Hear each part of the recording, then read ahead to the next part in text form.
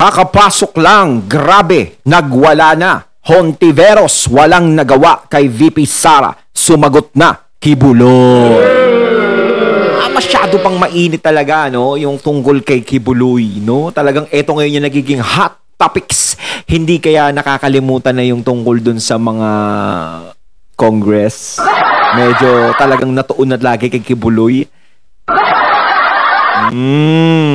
Etong balitang ito at ang videong ito ay nagbula kay News PH. At syempre, ito ang yung lingkod na si BT na magbibigay ng reaksyon at komento dito sa video na ating mapapanood ngayon. So, wag na natin pagtagalin at sabay-sabay na nating panoorin ang laman ng video na hatid sa atin ni News PH at bibigyan natin ng reaksyon ang balitang ito.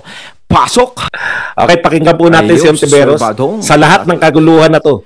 Nang inaalala ni ganito po kalalim mag-isip to si Risa Hontiveros, no?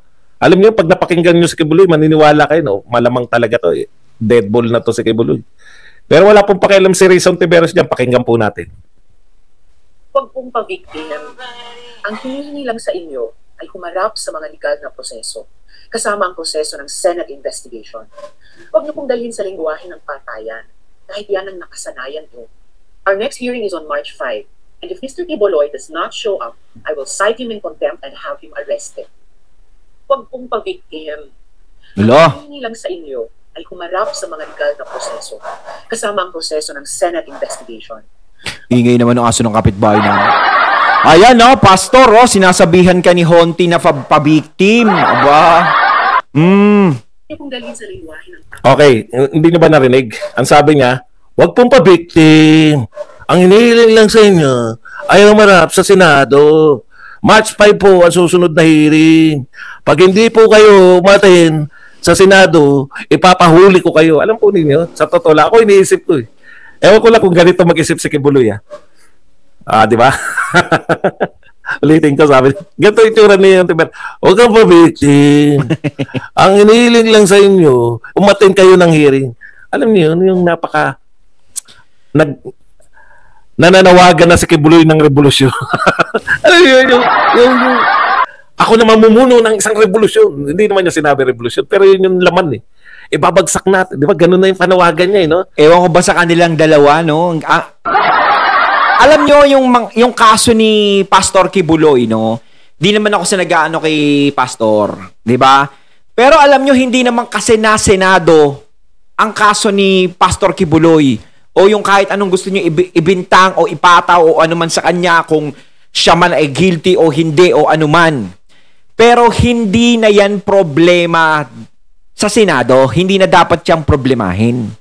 No? Kung gusto nyo nalitisin, uulitin ko naman, makinig naman kayo. Lalong-lalo na ikaw, Ma'am Honti. Siyempre, di ba? Alam naman natin, napakaraming problema ng bansa natin na dapat yung pag-usapan dyan sa Senado.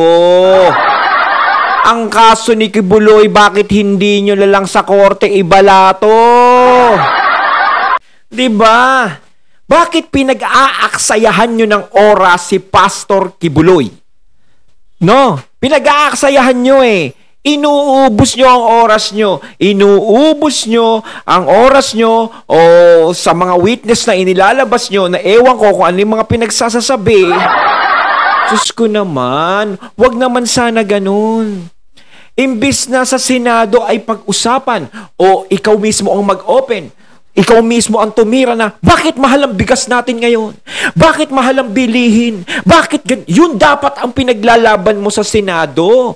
Yung kapakanan ng Pilipino, yung paghihirap ng mga Pilipino ngayon, hindi si Pastor Kibuloy. Kasi ang nangyayari niyan, hindi pa rin maaalis sa mga tao na gusto mo lang o gusto nyo lang mahukay o madawit ang mga Duterte sa ikakaso nyo kay Kibuloy. Hinihintay nyo na may madulas para masama yung mga Duterte at makasuhan mo. Di ba? Hindi yun Yun ang naiisip. Hindi lang naman ako nakakaisip. Ang mga tao. Kaya alam na yung ganyan. Di ba? Pang-korte na yan yung kay Kibuloy Pang-korte lang yan, hindi na pang Senado yan. Hindi naman krisis ng bayan ang kaso ni Kibuloy. Wala naman siyang atraso sa bayan, Mariosa. Kung meron mang siyang atraso doon sa sinasabi niyong biktima niya, pero sa bayan wala. Hindi naman siya problema ng bayan, Mariosa. Ay, nako. Ang pagkakaunawa ni Rizal Ontiveros sa lahat ng sinabi ni Kibuloy ay tatakutin niya si Kibuloy na, sige, ipapahuli kita. Pag hindi ka umatin ng hearing. Alam niyo yung nakakatawa ron kasi ang layo na eh. Sa tingin mo yung sinabi ni Kibuloy na nananawagan na siya ngayon ng isang revolusyon? No? Nananawagan si Kibuloy ng isang revolusyon. Nananawagan po siya na ibagsak na yung dapat ibagsak eh. Hindi ko po sinasabi na ako nananawagan. Hindi. Wala po akong kinalaman kay Kibuloy. Hindi po ako membro ng Kingdom Gun Store. No? Hindi po kami member. Ang point ko lang dun, ang tindi-tindi na nung panawagan ni Kibuloy. Sa tingin mo matatakot pa siya na ipapakulong mo? Isa-cite mo ng contempt? Hindi po ba nakakatawa yun? Sabi nga ng US Embassy na ito nagsalita. Kasama si Kibuloy sa FBI's most wanted. Most wanted si Kibuloy. No, ng FBI. Pambuong mundo po yun. Hinahagilap na si Kibuloy ngayon ng buong mundo. Ako. At tatakutin mo sige, pag hindi ka dumalo.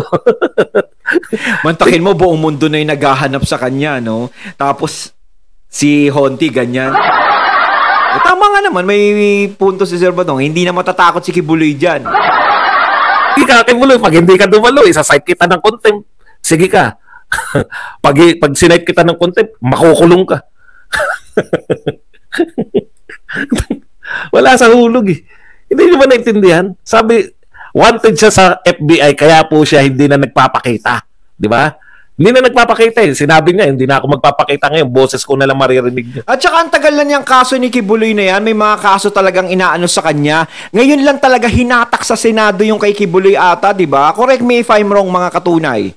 Ngayon lang ata hinatak yung kasong yan. Hinatak ni Honti sa sa Senado. Di ba? Kung kailan na nagkakaroon ng issue sa Duterte at Marcos at kung kailan maraming bumabanat sa mga Duterte, sa kanya pinainit lalo yung issue kay Kibuloy. Parang ang nangyayari, gustong maidagdag sa maikakaso sa mga Duterte kung sakasakali, baka madulas si Kibuloy, ganun. Parang ganun ba yun? Ganon? Bakit? Kasi magkakaideya yung mga humahunting sa kanya kung nasan siya eh. Kung magpakita siya, background, mga basta malalaman kung nasan siya. Ang concern na rin sa wag kang magpa-victim, umatin ka ng Kung ako kay Kibuloy, ako kay Kibuloy, kaysa mahuli ako ng US, FBI, kaysa hulihin ako ng netizen doon sa US na FBI. Putya, magpapakontempt na. Hindi ako atin, kailan ba March 5? Hindi ako atin, pero sa March 6, tatambay ako sa Senado. Di hulihin ka. At least dito ka lang sa Pinas. Contempt ka na eh. Papahuli ka ngayon. Papahuli po ako sa Senado tapos hindi ako magsasalita. Hanggat hindi siya nagsasalita, di ba nakakontempt ka? O contempt ka pa rin. Di, kulong lang siya sa Senado. Hindi siya makukulong sa US. Ako naman, hindi naman sa pang-ano kay Ma'am Risa. Di ba, syempre, senador pa rin yan. Kahit papaano, nire-respeto ko pa rin, syempre. No, lahat naman ng mga opisyal ng gobyerno sa atin is nire-respeto ko kayo. Kahit na ganyan ang mga nagiging issue o ginagawa nyo man dito sa bansa natin.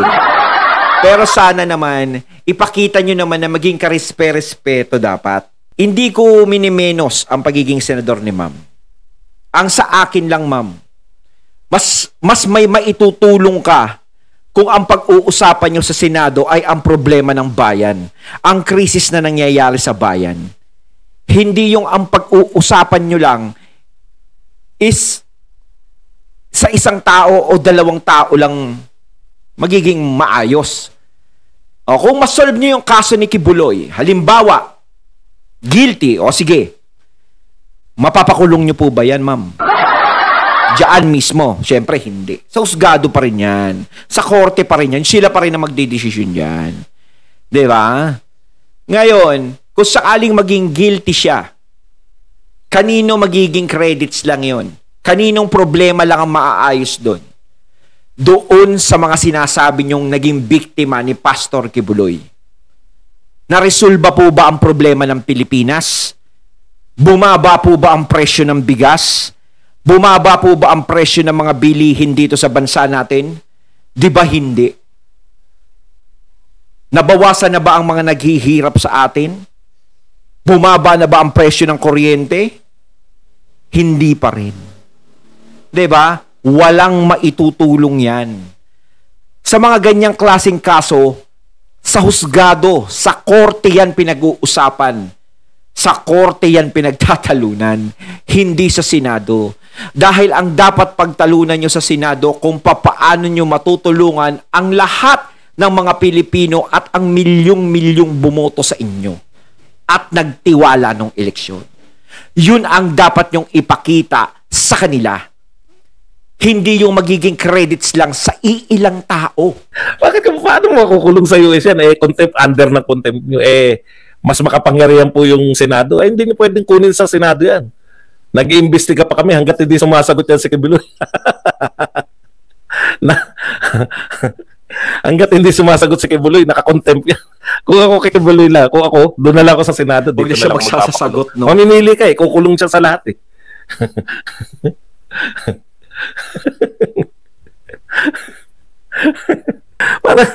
parang ang pinaka-importante kay Rayson Tiveros yung hearing ng committee niya. Tapos ang nakakatawa nun ito, wanted sa FBI, ang daming kaso, mga sexual na pang-abuso, yung mga taga-ibang bansa niyan, ano na yan, kasi lalo na sa Amerika, usong-uso yan, yung natuklasan yung mga Epstein Island na yan. Usong-uso sa kanila yan, gustong-gusto nila yung mga ganyang kaso. Ang dami mong kaso, gun running, mga human trafficking, mga bata, mga inaalipin, daming kaso ni Kibuloy, no? Buti walang jaywalking, littering. Bata, sinisexual. Ano ba yan, pastor? Daming kinakaso sa'yo, pahay ka ba ron? Dami. Tapos napakulong lang ni Rayson Tiveros. Ang galing naman ng Senado nyo, napakulong. Tagal na nagtatago yan. Anong kaso? Contempt. Mas pinili lang niya makulong dito kaysa ibang bansa. Parang ganun yun eh. At least nandito sa bayan, di ba? Nandito pa.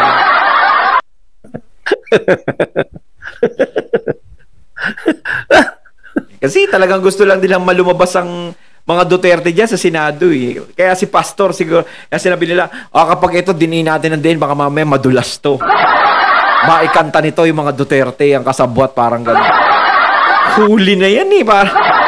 Alam mo na yan eh. Nasa Senado.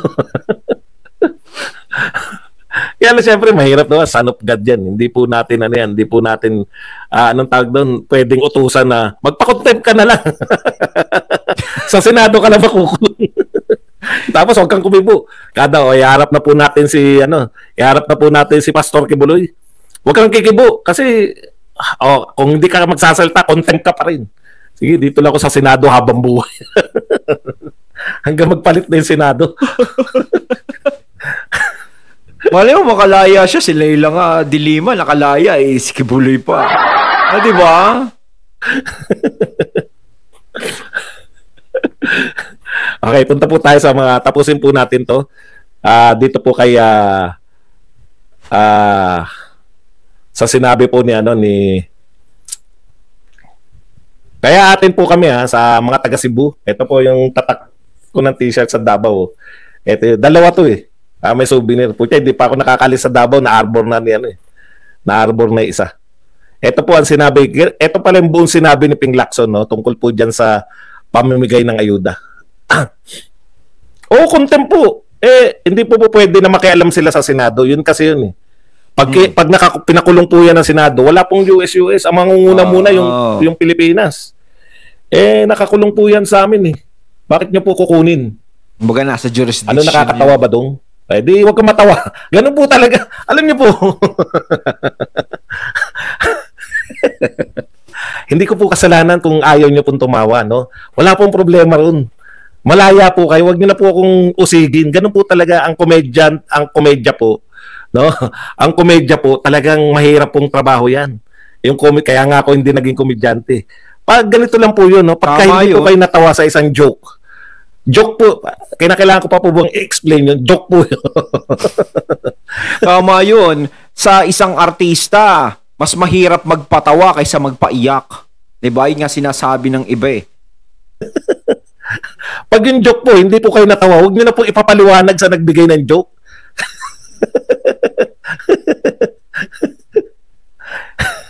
Di po ba?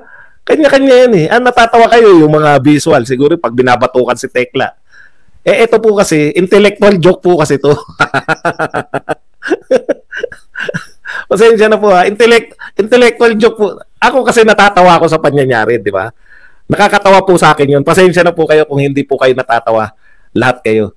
No? Alam ko naman yung gustong tawanan nyo, yung yung mga joke na wala kang magawa sa buhay, magkulong ka sa kwarto, pag-aralan mo yung mga presidente, magsaysay ka. Di ba? May mga ganun pong tao eh.